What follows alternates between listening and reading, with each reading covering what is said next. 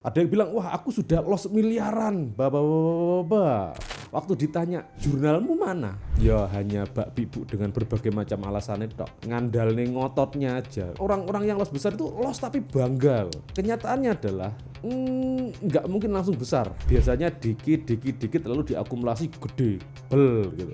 Nah, kenapa orang bisa melakukan kesalahan yang sama terus berulang? Karena nggak jurnal. Lama trading tapi nggak improve, nggak jurnal.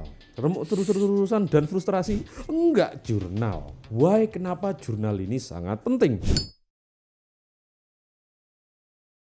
Nah, jurnal di trading itu peningkatan skill. Jantungnya peningkatan skill itu ada di jurnal. Kamu bisa belajar trading sampai ke ujung dunia, hampir jempalik, kalau nggak jurnal sama saja. Sorry to say, kalau kalian males jurnal, nggak usah trading. Anggap aja trading, ya oke, resiko $100, $200 dapat 100, 200, 300, oke fine. Cuman keesokannya remuk, ya cerita lama terulang kembali. Kalau kalian nggak mau kayak gitu dan mau tradingnya lebih long term, tahan lama, jurnal. Why? Nah, pernah ngalamin seminggu 2 minggu trading lalu rungkat, depo lagi, seminggu 2 minggu lagi rungkat lagi. Itu buang-buang duit. Dan orang-orang kayak gitu keheranan, kenapa trading sulit sekali? Frustrate, gak jurnal.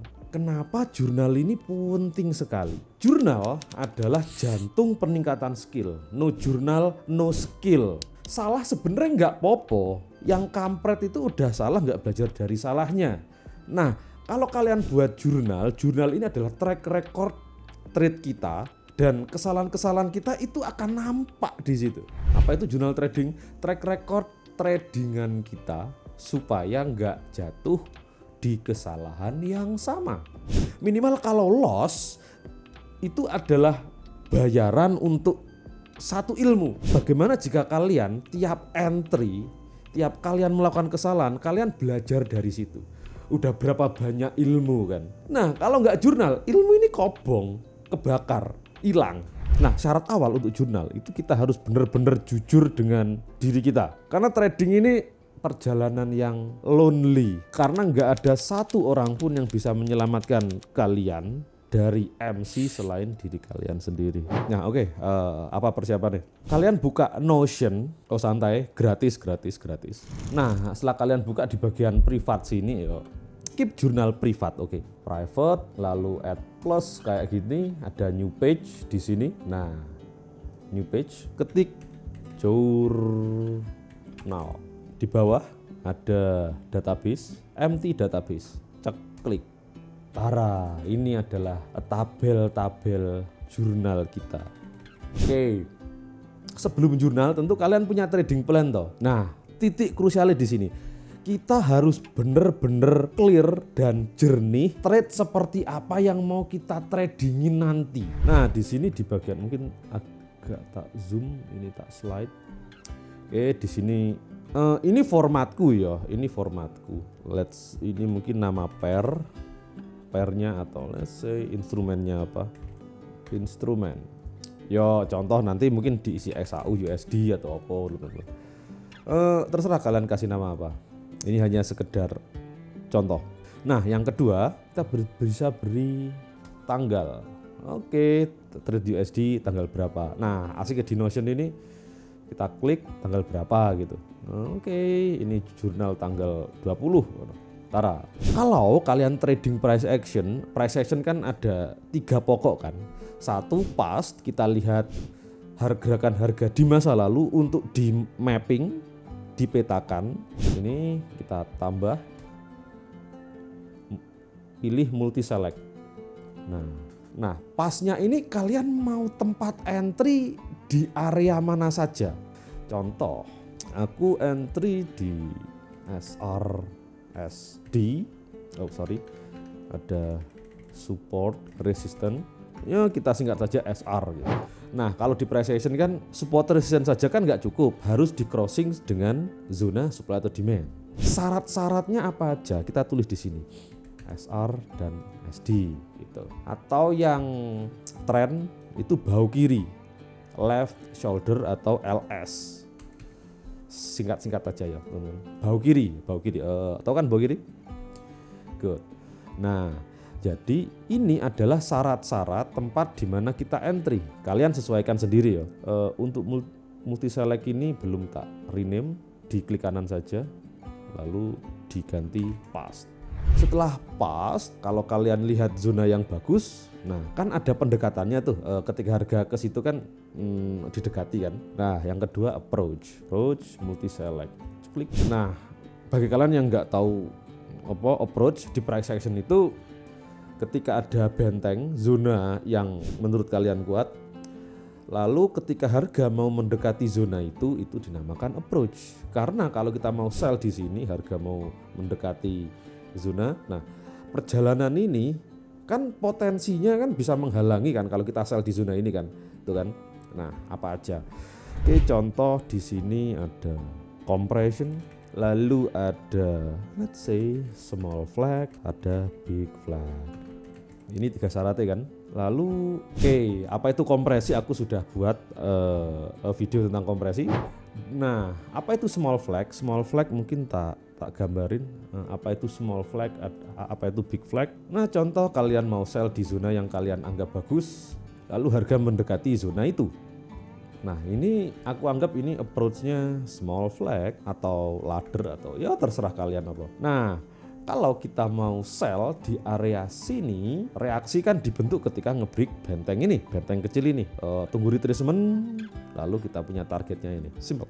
Itu small flag. Nah, kalau big flag itu rodok kampret. Nah, kalau kecil itu kan lebih mudah untuk di break kan. Kalau big flag itu lebih ke, nah zonanya lebar kayak gini, lebar kayak gini. Tentu perlu effort lebih untuk ngebreak zona selebar ini kan. Tuh. Biasanya yang big flag kayak gini approach-nya pendekatan yang buruk sih. Aku kurang suka karena untuk ngebreak lebih lebar butuh effort yang lebih. Itu dia penjelasan big flag, small flag. Itu aja ya. Untuk lebih detail tentang price action, kalian bisa cek di Discord. Link di bawah caranya masuk. Lalu reaction. Kita perlu reaksi. Apa itu reaksi di breaknya benteng yang berlawanan? Kita pilih select. Nah, kalau kita kan nunggu reaksi nih. Oke, kalau dalam keadaan menunggu, wait. Lalu reaksi tapi harga langsung ke target, jadi nggak ada retracement. Biasanya orang-orang yang kayak gini no entry gitu. Lalu reaksi. Nah, fungsinya ini adalah contoh ini tak clear, close, kita klik aja. Untuk approach-nya kita close aja. Nah, contoh kalian mau nge-trade di gold XAUUSD. Nah, di pasnya apa? Di kirinya apa kok kalian mau entry? Oke, mungkin ada SR dan ada SD. Cukup, 2 itu cukup. Nah, ketika harga mendekati zona ini, apa yang dia lakukan? Oke, contoh small flag. Bagus kan? Berarti kan tinggal nunggu reaksi. Itu wait kan berarti. Jadi sistemnya kayak gitu. Di trade kita nanti, contoh GBP USD, celuk, anggap tanggal 21. Ada apa di sini? Ada SR, ada LS. Approach-nya kompresi. Apakah ada reaksi? Nggak ada, langsung target. Gitu. Nah, kalau tertata kayak gini, satu, kita mau overtrade nggak bisa. Sebenarnya hampir nggak mungkin kalau kita jurnal dulu sebelum entry, karena syarat-syarat yang kita planningin di trading plan itu harus terpenuhi dulu. Begitu. Nah, di sini juga kita bisa menambahkan, klik di file and media ini. Nah, kita bisa nambahin screenshot di situ. Contoh ini kita screenshot, download image. Lalu di Notion di sini klik choose file, di download, double klik. Tuh. Klik. Ini dia keluar. Kita klik. Nah, ini screenshotnya. Asik toh? Jadi ada fitur screenshot juga. Dan kalian bisa menambahkan beberapa screenshot di situ. Oke. Lalu setelahnya, tentu jangan lupa sama money management. Klik number, raise. Contoh persen. Terkadang rungkat kita bukan salah analisa. Seringnya malah money management. Oke, mau trade, resikonya 1%. Contoh. Buy persen kan ini. Gitu. Ups, ini lupa. Tak rename di kanan. Screenshot. Enter. Boom. Oke, lalu di sini mungkin kita bisa tambahkan status. Status trade kita kayak apa? Status trade kita loh ya. Ini klik. Nah, again kalian bebas mau modifnya seperti apa. Kalian bebas. Contoh kita bisa rename ini.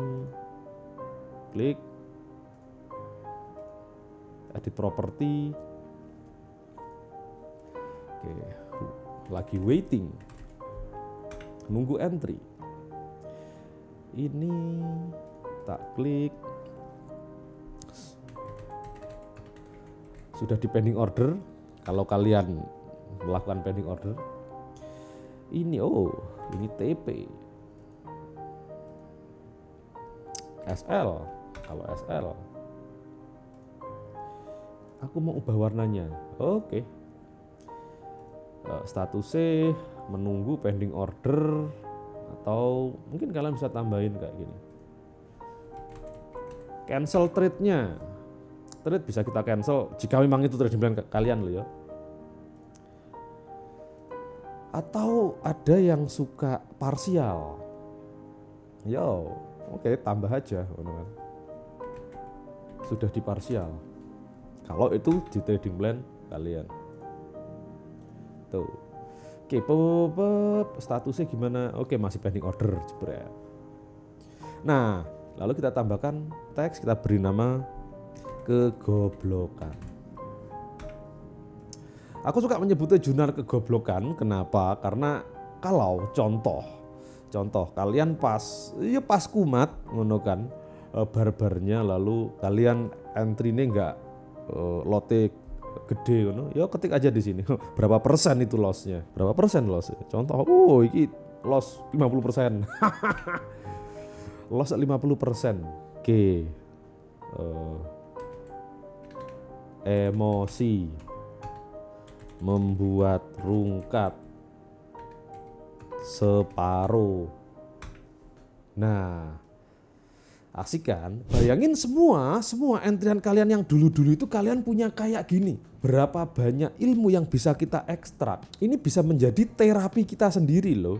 Kesalahan-kesalahan apa sih yang sering aku lakuin? Jadi yang berpattern itu nggak hanya chart saja, kesalahan juga ada patternnya somehow, kan? Again, sekali lagi kalian bisa modif ini.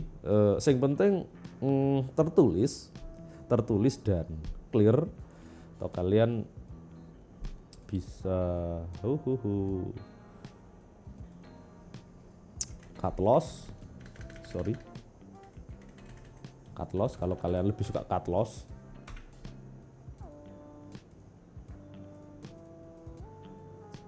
Ini cut loss 50% dari modal, cocok. Kalau aku sih setiap sekitar 50-60an trade itu, ketika sudah ada trade ya, tak lihat lagi apakah aku bisa improve ini. Ada beberapa yang nggak bisa ke cover sama backtest. Contoh jenis-jenis support dan resisten. Mungkin kalian ada yang narik SR itu hanya di Euro JPY, ada yang di time frame daily contoh. Ada yang narik SR hanya dari sini tok, di recent SR, di SR terbaru ini contoh, ini ditarik kayak gini ini. Serit, ini resisten jadi support. Nah, ada juga yang nariknya dari monthly, di sini, di historical SR. Nah, historical SR sama SR yang terbaru kuat yang mana? Yo, jurnal saja. Kalian bisa tambahkan syaratnya di sini. Jadi SR nggak sekedar SR doang, tapi SR recent SR terbaru gitu. Atau kalian bisa tambahin historical SR, historical SR gitu. Kalian bisa tambahkan itu. Nanti ketika ada sekitar 50 tradean, dari hasil kita bisa tarik kesimpulan, oh ternyata recent SR banyak lossnya, jadi oke, kita hapus saja syaratnya di sini.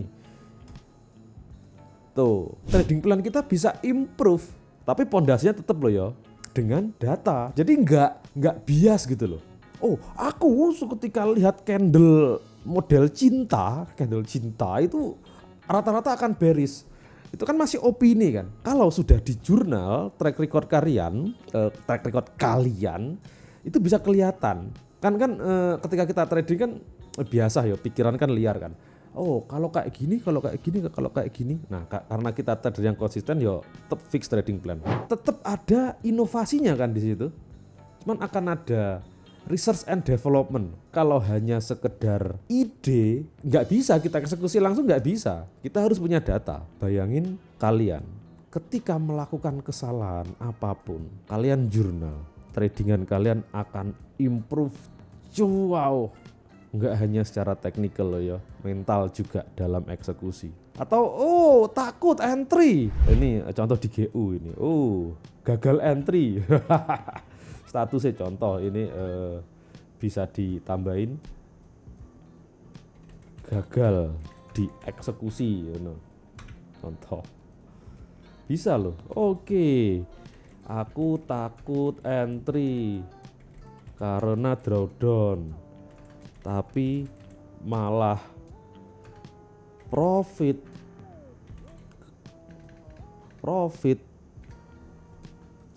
Sering kan kalian kayak gitu. Ini sebenarnya sudah ada di trading plan itu waktunya entry, cuman karena takut, karena mental lagi buruk atau apa, nggak di entry akhirnya.